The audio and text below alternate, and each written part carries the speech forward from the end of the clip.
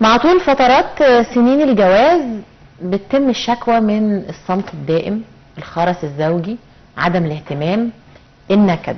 وكلمة النكد دي بنسمعها بشكل كبير او بشكل اكتر من الزوج، لان دايما الزوجة هي اللي متهمة بانها بتنكد. طب هل الزوجة بتنكد منها لنفسها؟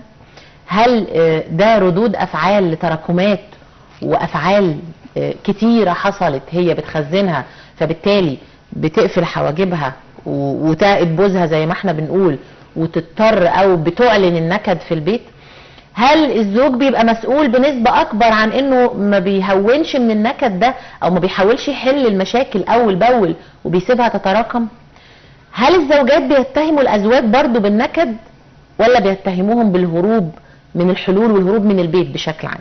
خلينا ندخل في الموضوع مباشرة مع ضيفتنا، وهي خير من يحدثنا في هذا الموضوع، مع دكتورة غادة حشمت، استشاري التنمية البشرية والعلاقات الأسرية. أهلا بك يا دكتورة. أهلا بيكي دكتورة غادة. خلينا في البداية نقول يعني إيه نكد زوجي؟ هو مفيش نكد غير إن هو زوجي، صح؟ لا، هو النكد يعني ممكن في ناس بطبعها انها بتميل الى النكد، دي بيبقى شخصيه اكتئابيه. دي علم النفس بيقول عليها كده. فدي وضع تاني. ففي بيبقى لو هنقول مثلا بالذات الستات بنوزعهم نوعين. الست اللي هي بطبعها نكدي، ودي بيبقى فيها عامل وراثه على فكره، ان هي عندها البيت نفسه بيميل لكده، نشأتها كده جوه البيت. كئيبه. دي حقيقه. خلينا نقول المصطلحات. لا قولي اللي انت عايزاه. في ستات بيبقوا كئبه فعلا. طبيعي. حتى لما تيجي تفرحيها ما تفرحش. زي ذات الاستر، يا رب ده مش يعني عارفه تميل. اللهم اجعله خير.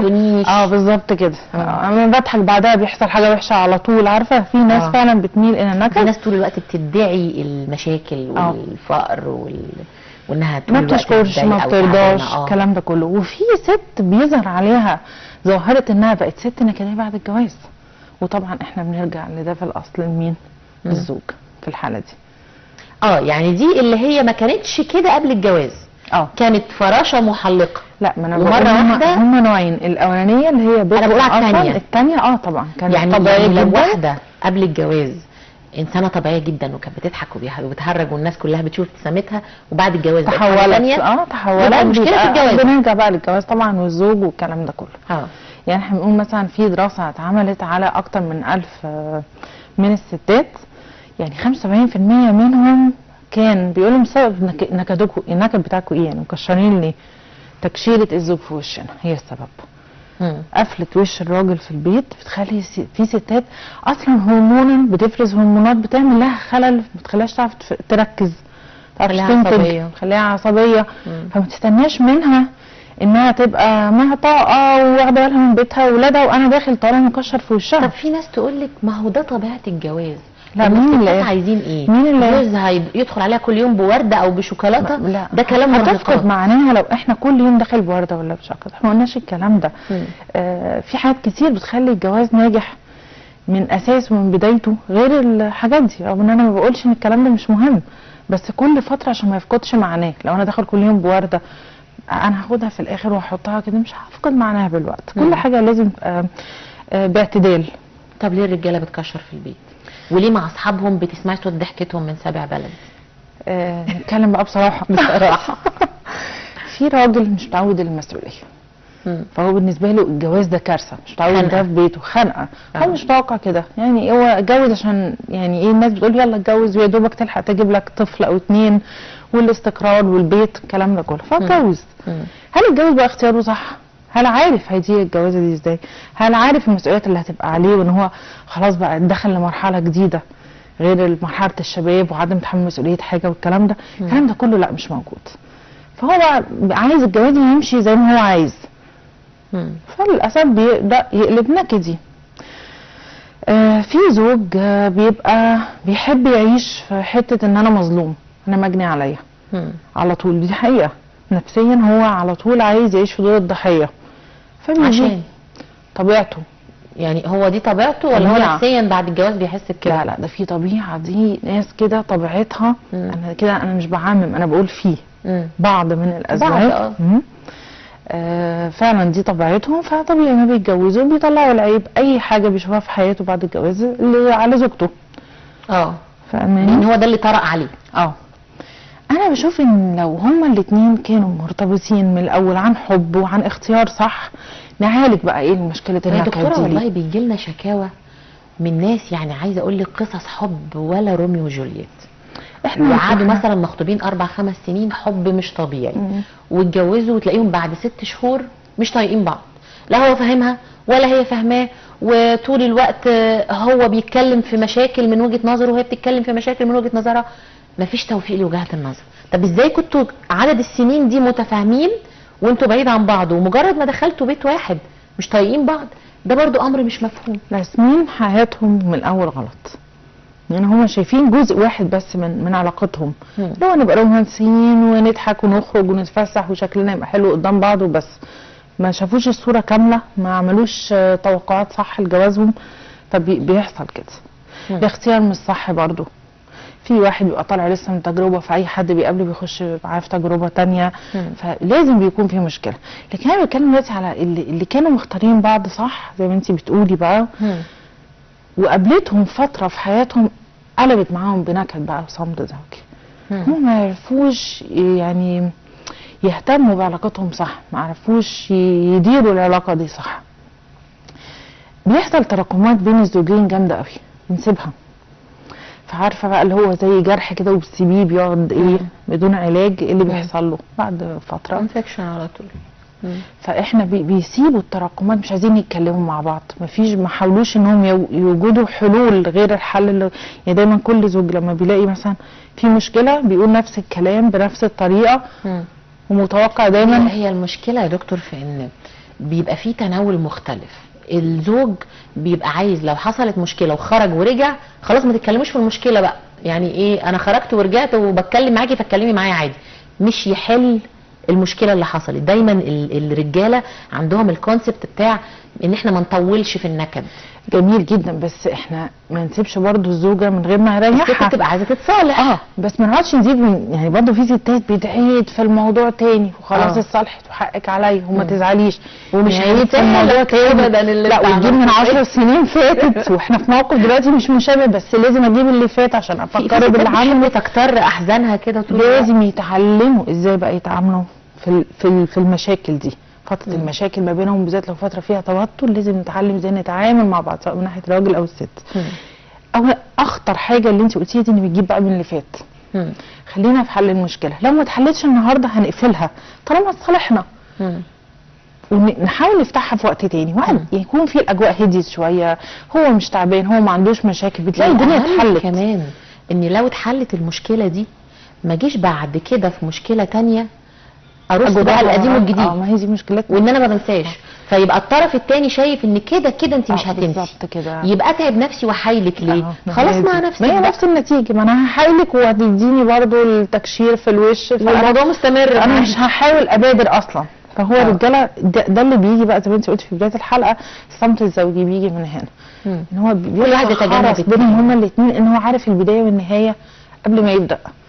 فعارفه اللي هم اتعقدوا من بعض، اتعقدوا من العلاقه ان مفيش فايده، وتلاقيه هو يقول لها اشمعنى لما بتقعدي مع اهلك بيبقى ضحكتك حلوه، بتحب تقعد مع اصحابك وبتضحك مع مبسوطه، وهي تقول له طب ما انت لما واحد صاحبك بيكلمك ضحكتك بتبقى جايبه اخر الشارع ومجرد ما تقفل معاه تروح عاقد حواجبك. بص تلاقي كل واحد شايف في التاني انه متعقد من العلاقه، وهم اللي عملوا كده ببعضهم، هم اللي ما حاولوش. اهم حاجه في نجاح اي علاقه بين زوجين انهم يوجدوا طريقه للتفاهم والنقاش ما بينهم صح. طريقه للتفاهم ولا طريقه للتغيير؟ التغيير ده حاجه ثانيه، ما هو التغيير ده هل التغيير بيؤدي للتفاهم؟ التجديد بيؤدي الى نجاح العلاقه ككل طبعا. لكن التغيير من غير تفاهم برضه مش هيعمل حاجه. يعني انا كل يوم بسافر حته معينه او بنخرج في حته معينه واحنا مش متفاهمين مش هيعمل لنا حاجه. صحيح. فاحنا لازم ان احنا اهم حاجه لبناء علاقه زوجيه ناجحه ان احنا ايجاد زي ما بقولها تاني حل لعدم توفيقنا في المناقشه مع بعض وما نوصلش النتيجه. ممكن نكون ما بنسمعش بعض صح، مش فاهمين احتياجاتنا صح، مش فاهمين اتجاهاتنا صح، مش فاهمين اهتماماتنا صح. فبنقعد مع بعض هي دماغها في حاجه وهو دماغه في حاجه، هو بيقول حاجه وهي في ناحيه تانية خالص بتجهز للرد عليه، مش هيوصلوا لحاجه. طيب خليكي مستمعه جيده. السيده القادره على محاربه النكد هل ليها مواصفات معينه؟ ايه؟ الابتسامه لازم تكون على وشها على طول، حتى لو من جواها متضايقه. بعد فتره هتبقى على وشها على طول حتى لو جواها متضايقه.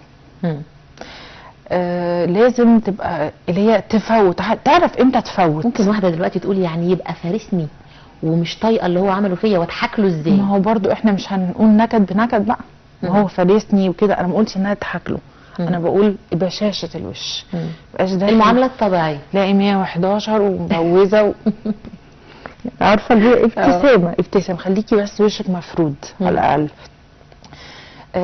امتى نعرف نفوت، امتى نعرف نعدي؟ يعني ممكن مثلا واحده جوزها جاي، هي عارفه ان هو جاي بيتنرفز من شغله، عنده مشاكل في شغله، انت تديني وش كده، انت تفضل مكشر في وشي، ما انت عارفه ان هو عنده ازمه ماديه، عنده مشاكل معينه. يا ريت ده في ستات يعني لو بتعمل كده بتبقى لطيفه، ده في ستات تقول له الاكل عندك على البوتاجاز، الاكل عندك في الثلاجه، سخن لنفسك، وهو متضايق وعنده مشاكل، ما تغسلوش هدوم. انت عامل كده ليه؟ اكيد في واحده ثانيه. انت كده بتبص بره. وفي رجاله بقى تعمل برضو نفس النظام، اسلوب العقاب، ما يقعدش في البيت خالص، يرجع على النوم. او لما تتصل بيه تقول له هات كذا وانت جاي، طيب ماشي، ويرجع يقول لها نسيت. اللي هو بيريح دماغه، بيحرقوا دم بعض. دي على فكره في ناس اساتذه في الموضوع ده بطريقه غلط جدا. طب انتوا عايشين مع بعض ليه؟ مش هي دي خالص. عارفه ليه؟ عشان بيبقى في فكره جوزك على ما تعوديه وهو اذبح لها القطه. فكل واحد بيبقى عايز يعود التاني. المعتقدات اللي احنا وارثينها غلط عن اهالينا، مفيش الكلام ده خالص على فكره. يعني لازم شاب على شيء شاب عليه. ما هي بقى احنا نحاول نتخلص من الكلام ده بقى، ما جابش نتيجه. يعني احنا يعني في ناس شايفه اهاليها اصلا علاقتها فاشله في البيت ولسه مكمله على نفس طريقه اهاليها، انت متوقعه تروحي فين يعني؟ فاهمه وجهه نظري؟ يعني ان هي في زيات كتيره كانت فاشله وولادها اتجوزوا، ولادها لسه بيتبعوا نظام اهليهم. لا، واللي ينجح مع واحد مش شرط ينجح مع التاني. ينجح مع جيل، ما يعني لو واحده شايفه مامتها مثلا هي المسيطره والمتسلطه في البيت، اوكي باباكي ممكن جه معاه الاسلوب ده عشان هو ما يجيش شخصيته كده، ممكن ده طبعا يعني يتنمرض طول الوقت ويعلن العصيان. اكيد.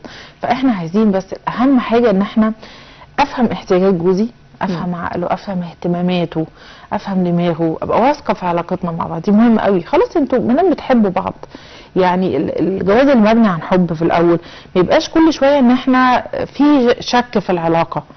ده بيعمل كده عشان بيفكر في كذا، او هي بتعمل كده عشان بتفكر. لا، وبقى في تفاهات كمان دلوقتي يا دكتور. يعني يمكن من فترات الاجيال اللي قبل كده تستحمل اكتر. دي حقيقة. دلوقتي في واحده بتطلق عشان جوزها ما بيقولهاش يا بيبي مثلا، او مش كاتبها على الموبايل. انا بيجي لي حالات طلاق عشان مش عايزه اقول لك صوره نزلت على الانستجرام او لايك على الفيسبوك. لا، الفيسبوك ده طلق ناس كتير قوي. والانستجرام دلوقتي ما توصلش للطلاق. انت عملت لايك لفلانه طلقني. يعني ما توصلش لكده، واصرار على كده ويبقى في اولاد وكده. لا طبعا. يعني انا بحس ان فيها شيء من الاستهتار شويه. او اديني الباسورد بتاعك. لا طب يبقى انت بتعمل حاجه غلط. ده حقيقي. وتجيب له العيله وعيله العيله. في ثقه، في احترام بينهم، في طول ما في مشاكل بينهم يا اسماء كل الناس بيقولوا يحسوا بيه. ما هو في لما حد بيكون متوتر بتوصل للتاني التوتر برضه. يعني مش ممكن واحد مش راضي عن حياته والتاني راضي. طب هتيجي ازاي؟ بس يعني ده ليه علاقه بالدماغ الصغيره او ضيق الافق يعني؟ طبعا اكيد. ده مين متهم بيه اكتر، الراجل ولا الست؟ بصي الراجل كده.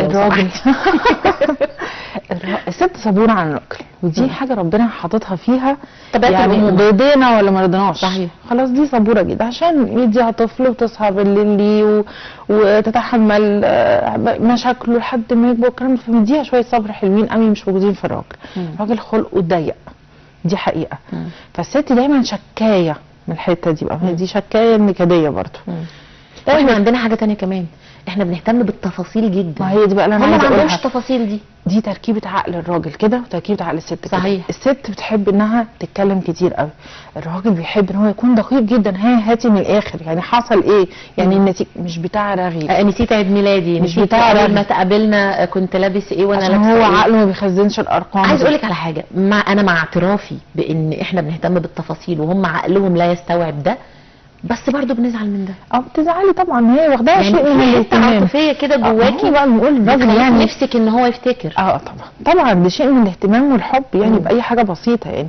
فبيحصل خلافات بينهم انهم مش فاهمين بعض، ان هي ليه بيعمل كده، ليه ما بيرغيش، ليه عايز يخلص الكلام بسرعه.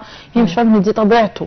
كل الرجاله، دي مش طب واللي صفه ترد خاصه عليكي بجوزك. دلوقتي يا دكتور تقول لك طب ما هو ما كانش طبيعته كده في الخطوبه، كنت بقعد اقول له اقفل يقعد ما- يتكلم بالسبع ما هي ساعات، بقى مشكلتنا. دلوقتي مش طايق يكلمني 30 ثانيه. هي دي المشكله بتاعتنا، ان احنا بنتقمص شخصيات مختلفه في الخطوبه. عشان كده بقول خليكوا على طبيعتكم، عارفين تستحملوا بعض كده، وانتوا لسه على البر بيبقى في التزام واولاد وجواز. ما حدش يضغط على نفسه. بالظبط، عارفين مش عارفين بلاش. يعني اللي انا شايفاه دلوقتي تمثيل اللي هم بيعيشوا فيه، تمثيل والديكور اللي هم عايشين فيه ده، نفسي نتخلص منه ونبان على طبيعتنا.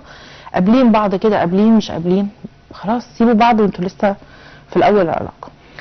المحاكم المصريه دلوقتي بتشوف اسباب للخلع مش طبيعيه، او اي حاجه ما كانتش عمرها موجوده قبل دي كده، حقيقة. حتى من قبل الخلع دي قضايا حقيقة. الطلاق العاديه ما كانتش موجوده. اه. ايه اللي عايز تطلق عشان بيشخر، ايه اللي عايزه تتطلق علشان من الفيسبوك، أول. دي كانت قضيه شهيره اه. برضو في المحكمه انه مش عايز يديها الباسورد بتاع الاكونت بتاعه.